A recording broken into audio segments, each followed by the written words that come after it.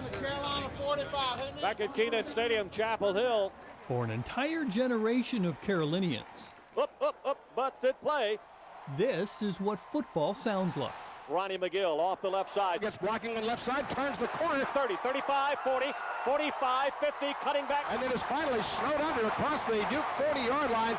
In Bob Harris's 30 years of calling Duke football and basketball, he's outlasted 2 basketball coaches, 8 football coaches, 3 athletic directors, and 4 presidents. Woody Durham's 35 years of calling Carolina games are something of a surprise even to him. When I got the opportunity to start doing the Carolina games in 1971, doing play-by-play on the radio was not even on my radar. I was a television guy.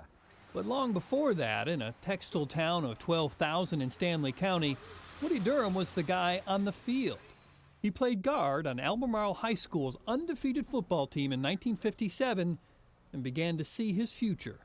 I had gotten started in radio just before my junior year in high school.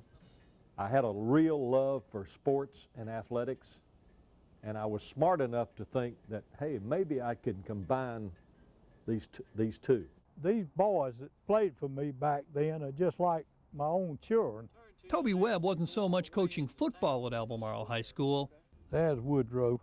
as he was teaching life. Those 2 boys were just terrifically fine young men, and they worked hard. This just wasn't thrust upon them. They have earned every bit of it. That's right, he said 2 boys. While Woody played guard, Woody Durham was on top of him. His feet flipped out from under him, and Woody Durham was right on that and nailed it. Bobby Harris was on the sidelines too as team manager. When I was a sophomore in 1957, I was 5'9" and 119 pounds, believe it or not. When Harris graduated from Albemarle a year after Woody, he appeared to be going in a different direction. Harris earned a scholarship to NC State from his father's textile company. After 2 years, I realized that, and 4 summers working in the plant itself there in Albemarle, that I was never going to change the textile industry to make it better for the workers. Their idyllic years of youth in Albemarle faded like so much of the town, but both men took the sense of community they learned there to their job of giving voice to their schools. Well, they can't penalize them anymore.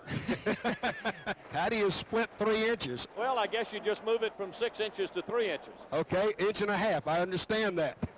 We are sometimes the only connection that so many people in this state have with the University in Chapel Hill. Play action fake looking, pumps it, gonna throw deep. Mason there. Oh, just overthrown. Mason quit running. Although their childhoods forever entwine their lives, their professions keep them in separate social booths. You know, we've seen some very spirited Duke Carolina games, Wes, and I have a feeling we're going to see another one this afternoon. Bob and I have a great deal of respect for each other, but I think the competitive nature of the 2 schools with whom we're associated keeps us from being close boyhood friends.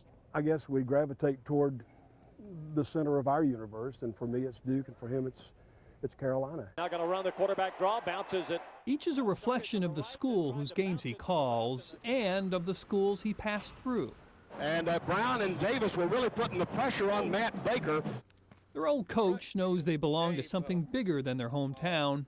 They're just part of the Duke Carolina scenery. And each of the men knows that he has been kissed by fortune.